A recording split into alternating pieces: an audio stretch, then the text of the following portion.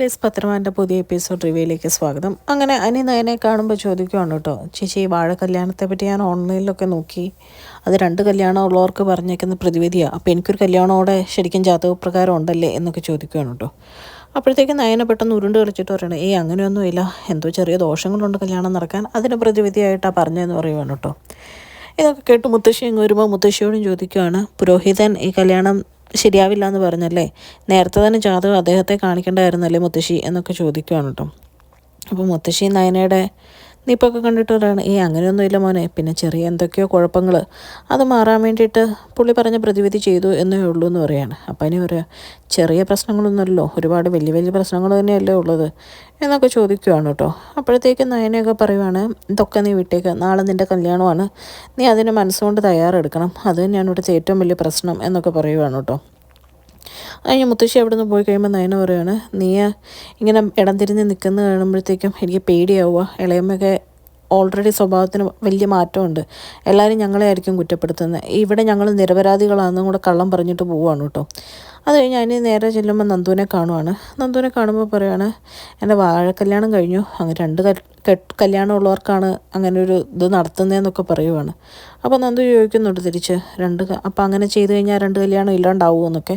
അപ്പോൾ അതിന് പറയുന്നുണ്ട്, എനിക്ക് തോന്നുന്നില്ല, ഇതൊക്കെ ഓരോരോ ഇതല്ലേ എന്നൊക്കെ ഇങ്ങനെ പറഞ്ഞു നിൽക്കുവാണ്.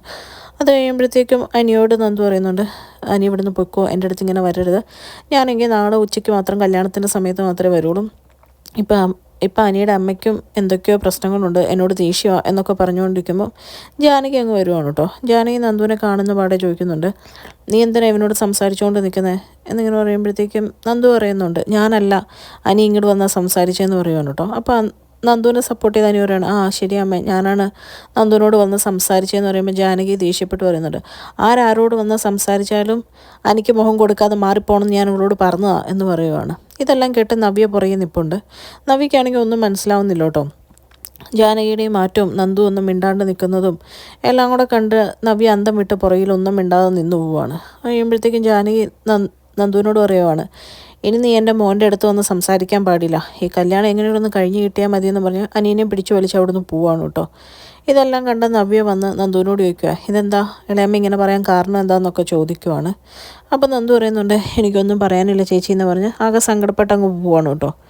അത് കഴിയുമ്പോഴത്തേക്കും നയനയും കനകയും കൂടെ കല്യാണത്തിൻ്റെ സാരിയും ഡ്രസ്സൊക്കെ ഇങ്ങനെ എടുത്ത് ഒതുക്കി മടക്കി വെക്കുന്ന സമയത്ത് നവ്യ വന്നിട്ട് ചോദിക്കുകയാണ് കേട്ടോ, ഇവിടെ എന്താ നടക്കുന്നത്, നന്ദുവിന് എന്താ പറ്റിയത്, ഇളയമ്മ നന്ദുവിനോട് സംസാരിക്കുന്നത് ഞാൻ കേട്ടോ, എന്തെങ്കിലും അവർ തമ്മിൽ പ്രശ്നമുണ്ടോ എന്നൊക്കെ ഇങ്ങനെ ചോദിക്കുകയാണ് കേട്ടോ. ആദ്യമൊക്കെ നയന ഒഴിഞ്ഞു മാറുവാണ്. അവസാനം കനക നയനയും പരസ്പരം നോക്കുന്ന കാണുമ്പോഴത്തേക്ക് നവ്യ പറയുക, നിങ്ങളുടെ ഈ നോട്ടം കണ്ടാൽ അറിയാമല്ലോ എന്തോ കുഴപ്പമുണ്ടെന്ന്, കാര്യം എന്താണെന്ന് വെച്ചാൽ പറയാമെന്ന് പറയുമ്പോഴത്തേക്കും കനക ഇങ്ങനെ തലയാട്ടുവാണ്, പറഞ്ഞോളാം എന്നുള്ള രീതിയിൽ. അപ്പോൾ നടന്ന കാര്യങ്ങളൊക്കെ നയന നവ്യയോട് പറയുവാണ് കേട്ടോ.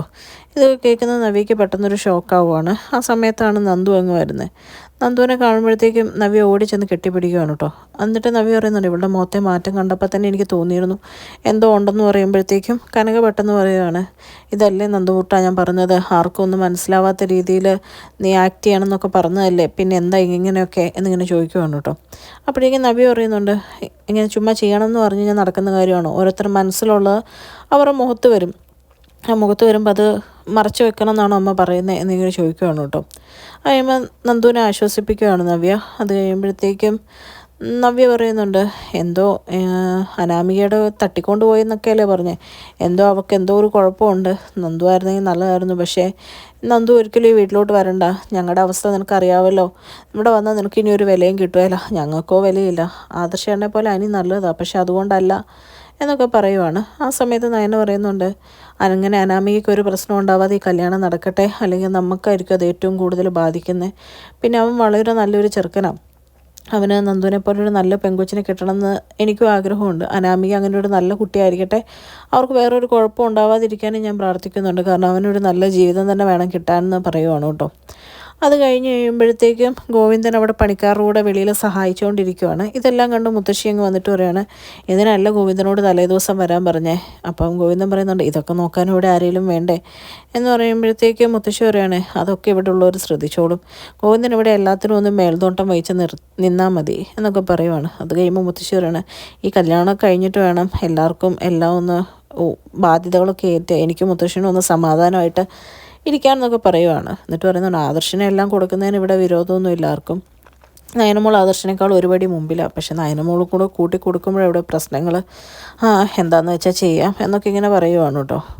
അത് കഴിഞ്ഞ് കഴിയുമ്പോഴത്തേക്കും ആദർശിനെയാണ് കാണിക്കുന്നത്. ആദർശ് കൂട്ടുകാരോട് പറയുന്നുണ്ട് എൻ്റെ ഭാര്യയും ഞങ്ങളുടെ ജ്വല്ലറി പോലെ പത്രമാറ്റ് തങ്കം തന്നെയാണെന്ന് പറയുവാണ് കേട്ടോ. അപ്പോൾ കൂട്ടുകാർ പറയുന്നുണ്ട് ഇപ്പോഴേലും നിനക്കത് മനസ്സിലായല്ലോ എന്നൊക്കെ പറഞ്ഞ് ചെറുതായിട്ട് ഇങ്ങനെ കളിയാക്കുവാണ് കേട്ടോ.